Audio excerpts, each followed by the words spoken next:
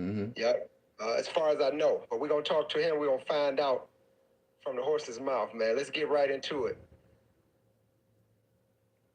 Let's get right into it. I want to welcome our special guest, Juan, to the stage. Hey, how's All it right going, now. guys? Man, what's up, man? We had a little rough What's start. up? The franchise machine himself. Hey, man, Yeah. that's what's up. Hey, so look, man, we're gonna get right into it. Tell us a little bit about who you are and what you do. Yeah, man. So my name is Juan Edgerton, and I tell you what, man, I've been in business, man, since I can remember, and so it's been about 30 plus years, man, since I started my first business. So I started at a really young age, Mm-hmm. and really, I always knew that, just business was for me. My mom actually is an entrepreneur, and so I learned a lot from her just growing up and just watching her. And so I've been involved in several different types of businesses over the years. And man, I've found just recently, in the last several years, uh, another passion for franchising, which is, Okay. man, just kind of really taking it to like the next level and just focusing on working with different businesses and helping them scale and grow. Yeah, man, I mean, I'm living, breathing business, basically every day, man. It's my thing. Okay, okay. So raised in Los Angeles, Yeah, built yeah. success in New Orleans, Nashville, and Hmm. how did that shape your mindset as far as entrepreneurship, being from those areas? Yeah, yeah, yeah. So, I mean, it's crazy because I grew up in LA Mm-hmm. and actually had opportunity to kind of just, move around a little bit because when my grandfather retired, my grandfather worked for the post office in Los Angeles, and when they retired, they relocated to Nashville and Mm-hmm. in retirement. Love for So the post I office, went man. back and forth from LA to Nashville, and spent a lot of summers in Nashville, and then once I decided to go to college, I ended up going to college in New Orleans. So spent some time there in New Orleans. Eventually, had to make a decision after Hurricane Katrina. I knew that you know New Orleans had run its course, and I was deciding whether to Yes. go back to LA or go to Nashville. So I ended up settling in Nashville Mm-hmm. and lived in Nashville for about 20 years and built several great businesses in the Nashville area. And yeah, called it home for quite a while. So, but I tell you what though, like each one of those cities are very unique, and Yes. I learned so much from being in like those three cities, man. I mean, of course, like growing up in LA, big city, you see so Mm-hmm. much, you learn so much, early on at a very young age, and so that was kind of like my foundation. But yeah, I just feel like every place I've lived, man, I've been able to kind of like take so much away, just from the business scene, just from the culture, from the people. So yeah, man, I've just kind of taken a little bit from each one of those places. Okay, okay. Mm-hmm. But so, what was the moment you realized that a regular 9 to 5 was not for you? Because I'm the same way. I realized a Man, long. Yeah. I never had a 9 to 5.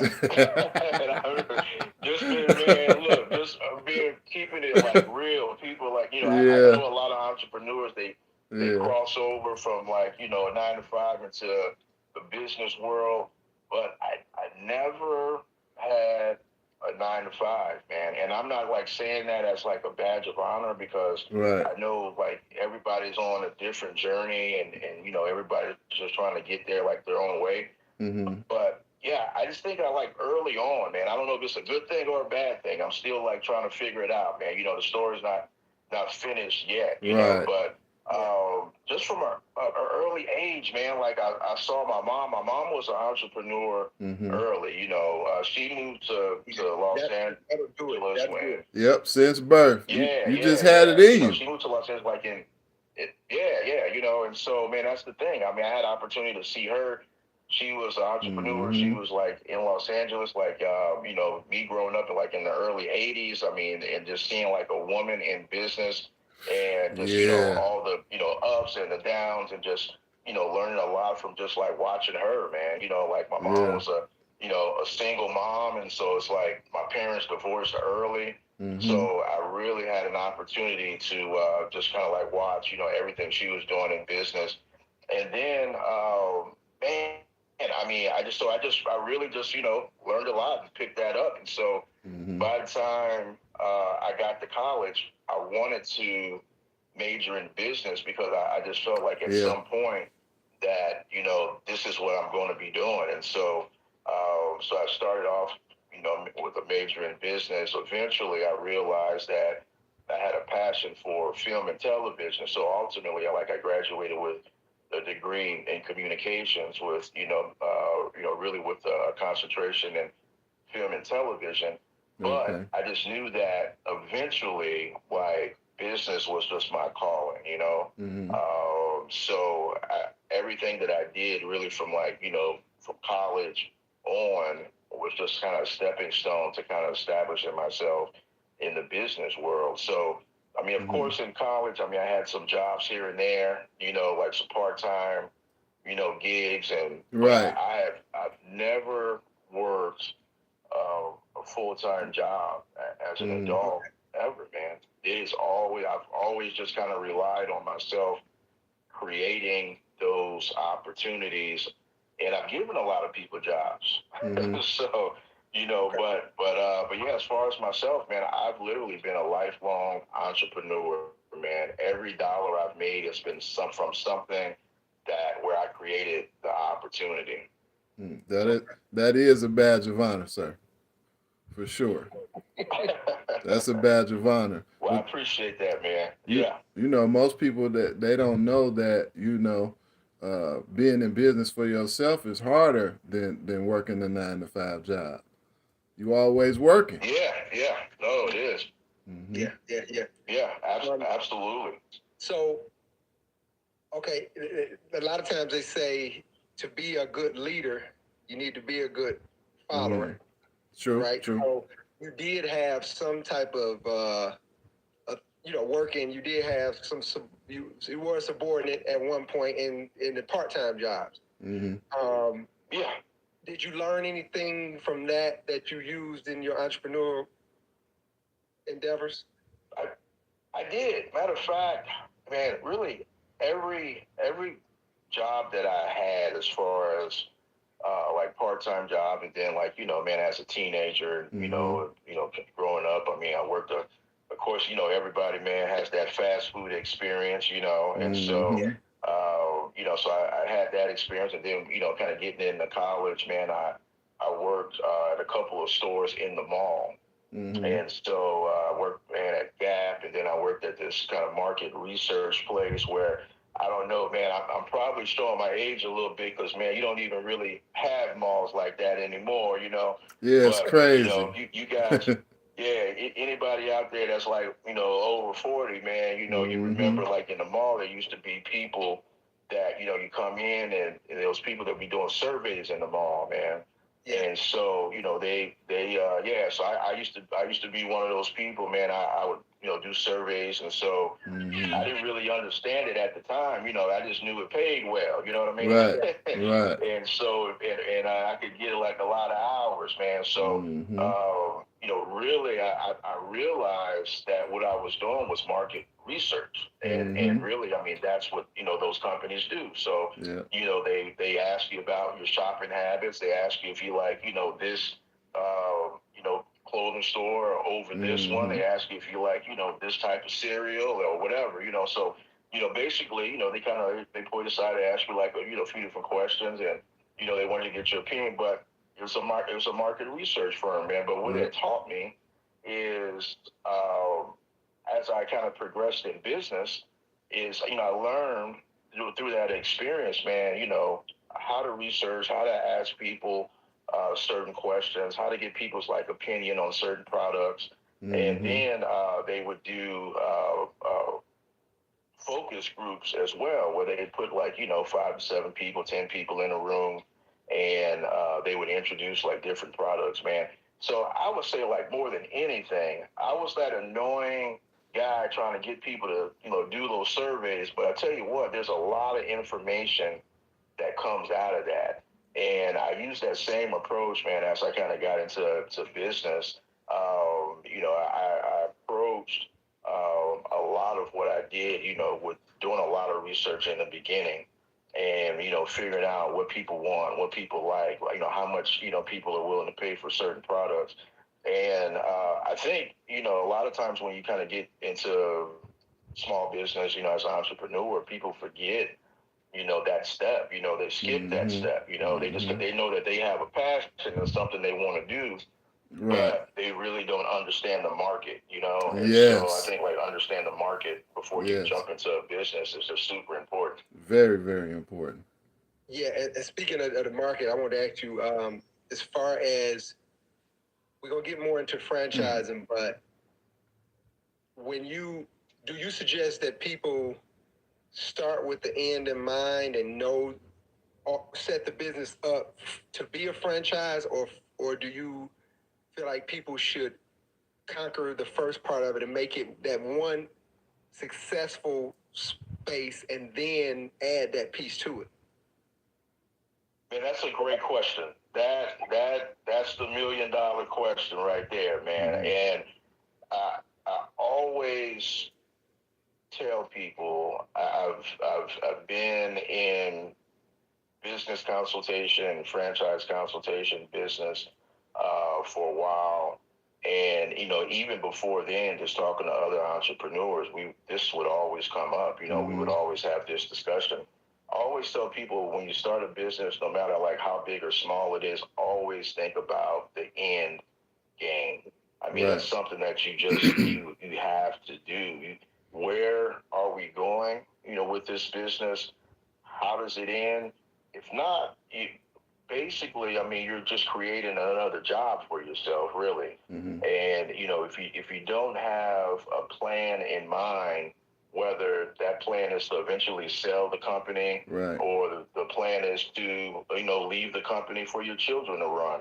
Mm-hmm. Either way it goes, it's a plan. I mean, I always tell people, like, you're going to exit one way or another. Yep. And so, you might as well have a plan in place, so, your business is able to continue and thrive without you. So, yeah, Mm-hmm. having that plan in place in the very beginning is really important. I know a lot of companies don't start and say, hey, I'm going to create a franchise out of this single location. Mm-hmm. But if you have a business where you feel that one day there could be locations in other places other than your hometown, then you need to start planning for that from the beginning, whether it takes you a year, 5 years, 10 years to get there to that point. In my case, once I created Peach Cobbler Factory, I'd had so much business experience at that point, but still at the same time, I really wasn't thinking franchise necessarily, but I was thinking, um, you know, my branding needed to be on point. Mm-hmm. My systems needed to be on point. And, if I wanted to even expand, even with other stores that I controlled, like that were corporate owned businesses, corporate Right. owned stores, then, I knew that I had to have a plan in place to be able to kind of duplicate my process. So, I didn't see so far out to where, like, hey, franchising would be like the move for me. Mm-hmm. But, it's definitely some thinking ahead. So I always like tell people, like, no matter what it is, I mean, I don't care how small the business, you definitely have a plan in place to where, like, you could see, like, at least 3 years, 5 years out. Right. So where, kind of like what your next move is. If not, if you don't have a goal, then, you're just floating around out there from year to year, so, Yes. so you got to have that plan for sure. Okay. Okay. Okay. Well, and we talk. We're gonna get to the peach cobbler factory, which is one of the most interesting stories, man. Because you know my family here in Nashville, big Mm-hmm. fella. Yeah. Shout out to Yeah, Big Fella. Yeah. And they said that you started over at the farmers market. Yeah, man. Okay. Yeah. So, man, that's a crazy story, man. Shout out Big Fella, man. It's one of the first Mm-hmm. people that I actually met, man. A lot of people don't even know this, man. Like, one of the first people I met and did business with when I first moved to Nashville, man. We're talking like 20 years ago. Wow. And Big Fella was doing his thing then, you know, like fresh out of MTSU. Mm-hmm. And man, you know, we met up, man, and you know, we talked business. He introduced me to a couple people in the city, and I was new to Nashville, man, and he kind of put me on to, you know, a lot of business people in the city that were kind of doing some things, man. But yeah, Nashville, it's a great place to open a new business, man. And so there are a couple different businesses that I started in Nashville before I got to Peach Cobbler Factory, and you know, just kind of put me in position. But once I realized that I wanted to create a new lane, so there were several different types of desserts, man, that were that have been popular like throughout the years. And it's like, you know, everybody knows ice cream shops and cookie shops, and Right. you know, around the time that I started, man, you know, I started right after the big cupcake craze. And so everybody had a cupcake shop, man. You know, you guys remember that back around 2010. Yep. Cupcake shops were popping up, man, all over, man. Yep. You know, like $4 or $5 cupcakes, you know. Yep. So so that was kind of one of those things, man. I looked at that business model, and I actually got into the cupcake business for a little bit. Matter of fact, there's a popular cupcake company in Nashville called Cupcake Collection. And so they were just starting around, I guess, 2010. And I saw a video that the owner did, and I was so like just mesmerized, you know what I'm saying, by like, you know, her story. And so we met, and I explained to her, like, look, you know, I'm interested in investing, you know, in this business. I'd love to learn, you know, about this dessert shop and cupcake business. And so the relationship didn't pan out, but I still wanted to get into the cupcake business. So I ended up creating a cupcake brand, ran that company for a little while. We had people approach us to buy that company. We ended up selling the cupcake business. And before we sold, we introduced a product that we wanted to just test out to be able to sell along with the cupcakes, and that was cobbler. So we started. We had a store there in Antioch over on Bell Road, and in addition to our cupcakes, we would sell peach cobbler and blackberry cobbler. And man, right before I sold that business, we actually started selling more peach and blackberry cobbler than cupcakes.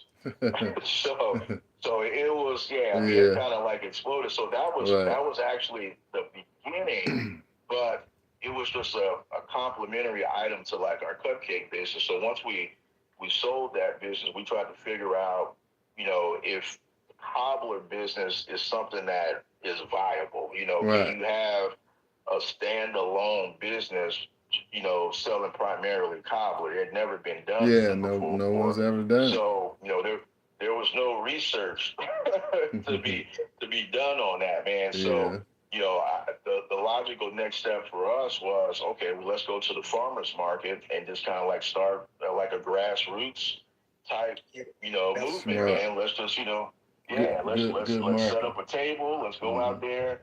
You got thousands of people coming through this thing, like, you know, every weekend. And, you know, let's just see if there's a market, you know, for this business. And, you know, are people interested?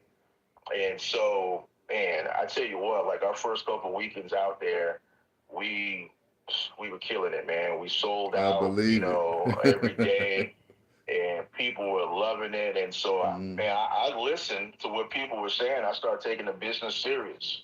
And, we started running that business, that farmer's market business, as if it were a franchise, essentially, man. I mean, as if it was, we're a big corporation, man. I mean, we had T-shirts with the logo on it, and we kind of started, doing like labeling all of our packaging, and I mean, the whole nine. And so, man, I had, of course, early days of social media back then, man. So I think we had like a Facebook page, and Instagram wasn't out. Right, yet. Yeah. And so yeah, we were doing our social media thing, and that business just began to take off, man. Like, every month it seems like we were just growing and growing. And eventually, that farmers market business turned into, one location downtown.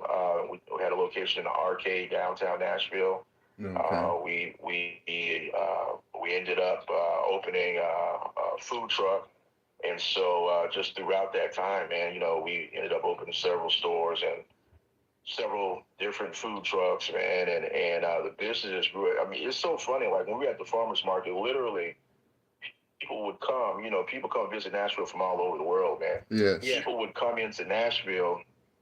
They'd come for like a concert, or they'd come for like a convention, or just whatever. They would come to the farmers market, literally ask for us by name, man.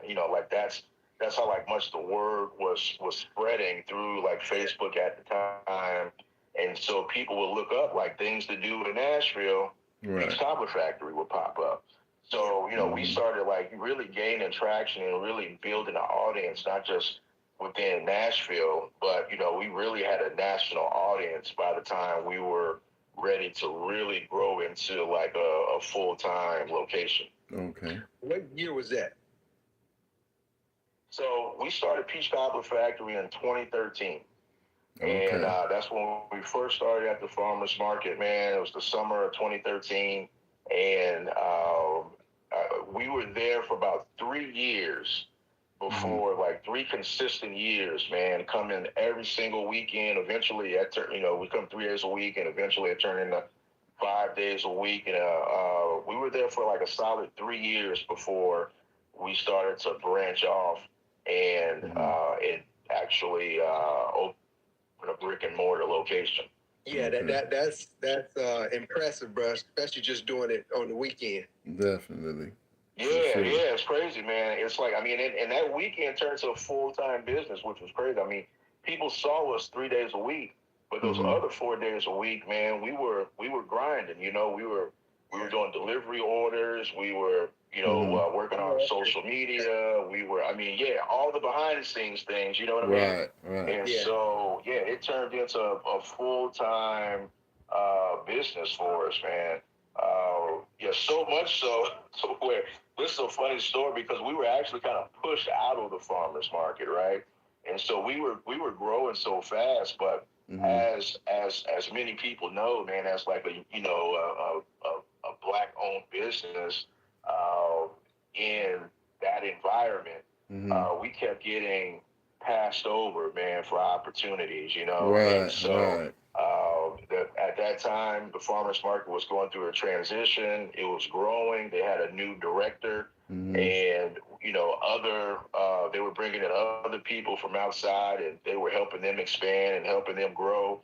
And we still had a folding table, Right. So, we were trying to establish ourselves more at the farmers market, maybe like have like a more permanent space. And man, we just kept getting like passed over, by other people. And so we finally got to the point where we're like, hey, man, I mean, we were literally the most popular business in the Nashville farmers market. And definitely, the most successful business literally in the history of that market that's ever came out of there, man. And so there was, not everybody loved that, And so, it eventually got to the point where I feel like we had just kind of like outgrown the market. So it was either, we were kind of faced with, okay, do we just like stay at this point forever? I mean, we're having some success here, but do we stay at this point forever, or do we just like take the leap of faith, man, and leave the market and stand on our own 2 feet and build a business outside of this environment? And I feel like the farmers market, felt like we needed them, to like a certain extent. And I felt like, hey, they helped us grow, but at the same time, by that time, we felt like we had a product and we were confident in ourselves and we were willing to bet on ourselves and just move outside of the market, man. And it worked out. Man, quick question, Juan. Your Wi-Fi, you kind of glitching a little bit, and this is the important show, so I want to make sure that you're good. Yes. Is that a little better? Or am I still going in and out? Yeah, you're still going in and out. See if you can Let go out. me see something real quick. Okay. Did you notice that day? Yeah. Yeah, it's kind of fuzzy. All right, can you guys hear me better here? You're actually a little worse now. Worse now? we could hear you, but you were like pixelated. Okay. Let me see here, man. Let me put on a different mic. No, your mic was good. I'll just check to see if your Wi-Fi is on. Okay. So let's see, man.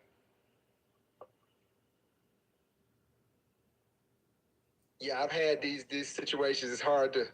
Okay, see, that's better. That's it. Okay. Okay. That's better? Okay. Yeah, that's much better. Okay. All right, cool. Okay. So can you guys hear me good right there? Yeah, I can hear you, Dave. Hear me good? Yeah, it was better with the mic before. Yeah, the mic was better. Now the video is better, and the mic is a little low. Okay. All right. Gotcha. All right. Give me 1 second. Okay. Yeah, the video is much better. You see what I'm saying? Yeah. Yeah. So I'm gonna ask him a little bit about Master P, man, and then if you got some questions, Dave, we can get into it. Man, it's just great to hear, Yeah. a successful business grown from a weekend venture, and it just grows into something great. This is man. This is the real dream that a business owner really looks forward to. But listen, that dream was a nightmare for him at one point. I want to get into that. I'm sure. Yeah. You can't. What to say? Let me say this: it's not, even though you go through hard times, that don't make it a nightmare. Right. Actually, if you're an entrepreneur, it was a nightmare. It was a nightmare. No, you're right. It was a nightmare, bro. You ain't lying on that one, man. So yeah, it's definitely, man. Listen, I've been through the storm, man. That's for sure, man. And I tell you what, it's so funny because every business owner, man, like talks about like at least like one period like in their life, especially in their business journey, where you go through that tough time where you're ready to give it up, man. You just ready to like throw in the towel. You know what I mean? Like, hey, you know what? Maybe I should go get that 9 to 5. Right. You know what I mean? Like maybe this ain't it. You know what I'm saying? So definitely will test you. Definitely. Yeah. Definitely, yeah. We went through that. So yeah, it wasn't all like it wasn't all rainbows for sure, man. But let me ask you this, man. As far as you were in New Orleans, are you guys hearing me and seeing me better now? So, what you about to say, Dave? I say you sound great. Yeah. So your sound is better now, but your video kind of went back pixelated a little bit. I'm gonna take what we can get at this time. Yeah. But yeah, so I don't know. Hold on 1 second, man. Let me try something else real quick, man. Okay. And yeah, because I regret it at the end if I don't try hard enough to get the right video. Yeah. Just Yeah, probably need to move the router closer. You know, move what? the router closer. You know, the Wi-Fi. Yes, because this video was real good. Now it's really good. Okay. So let me No, you That's good now. You good let me now. that's get it. my That's mic. what you're doing now. Okay. Yeah, your I sound don't is. know if it's my what about now? So Did it go back to it's like when I disconnect the okay, so when I disconnect the mic, it seems like I've got the video. I don't know like how that's okay. So, yeah, so I don't know how that's connected. let's take the mic back out. You know what? Let me okay, you know what? Let me put my other mic on there. Let me put my other mic on here. Okay. Because I've got another mic that I think is gonna work a lot better for us here.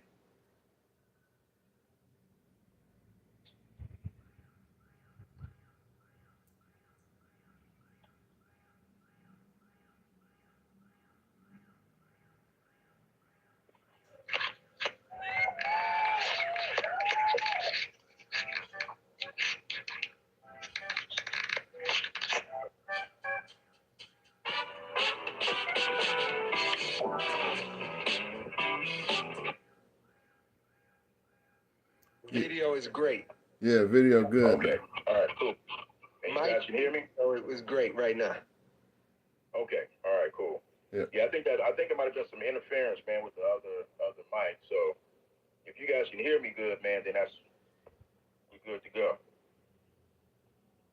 Let me see. All right, say something because you seem like your voice and your mouth are moving at different. Say something. Test 1 2. Test 1 2.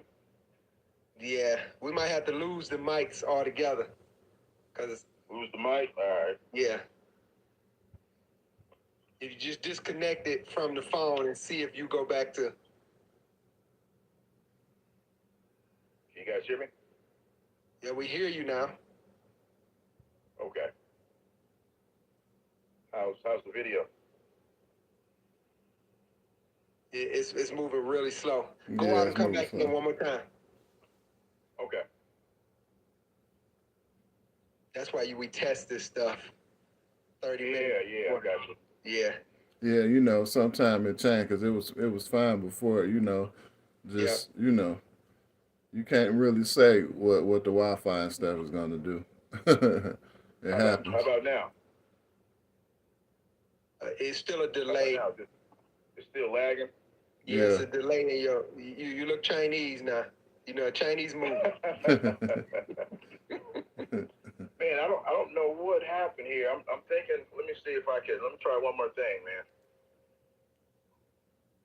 What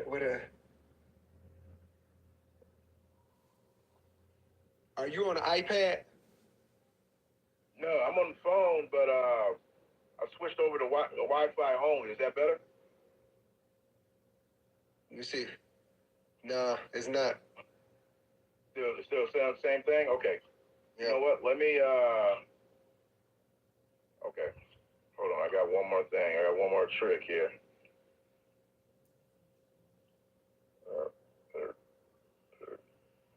Sometimes you gotta dang near come off of Wi-Fi. It's weird. I think that's what I'm gonna do. Yeah, because I can't upload YouTube videos on my phone unless I get off of Wi-Fi. It's weird. Yeah. How about now?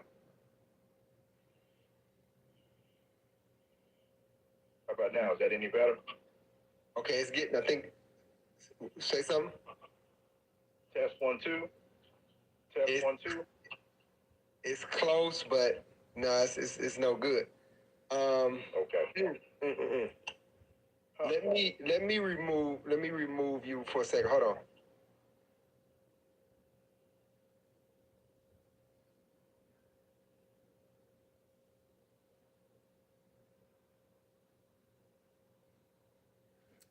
Yep, that was part one. So now we go to part two. Yeah.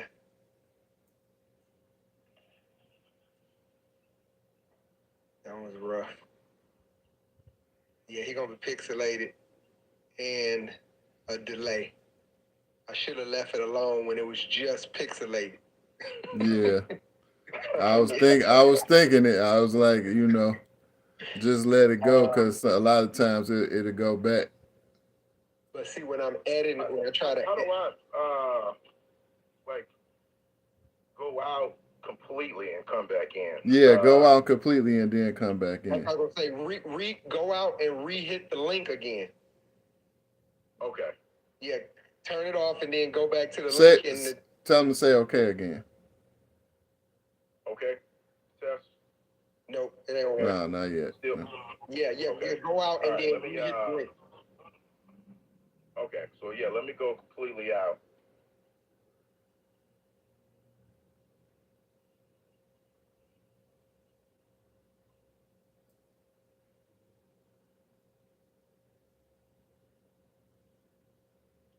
All right. I'm trying to figure out how to. Okay.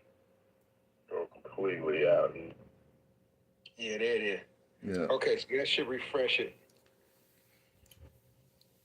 Well, this just That's why I didn't go live. I'm not gonna. When you go live, you can't fix none of this until. you know what it is, bro. So Yeah. And if you pay attention to the big podcasters that's already doing it, they normally don't go live. nope. Everything is recorded.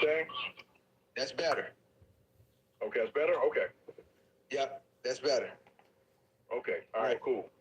So I'm just gonna leave the mic off and just talk directly into the phone. Yeah. Yeah. Okay. That's cool. Okay. That's it.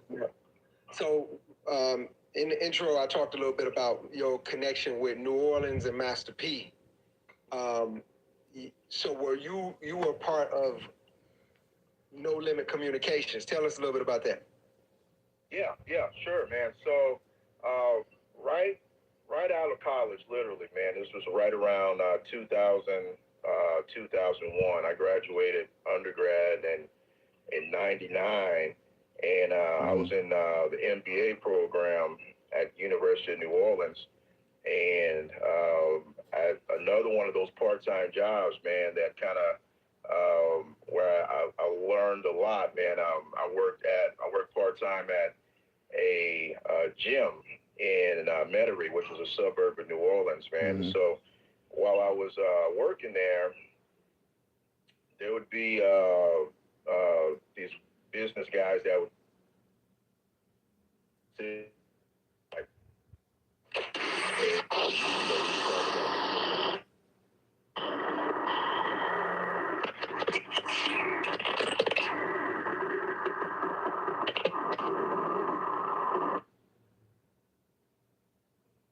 We lost him.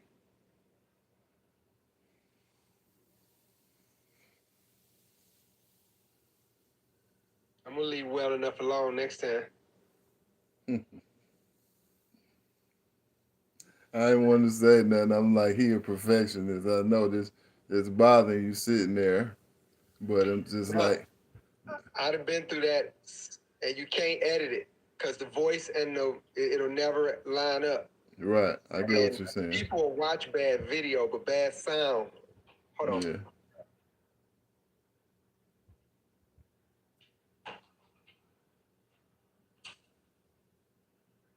Yeah, people don't tend to like bad sound, man.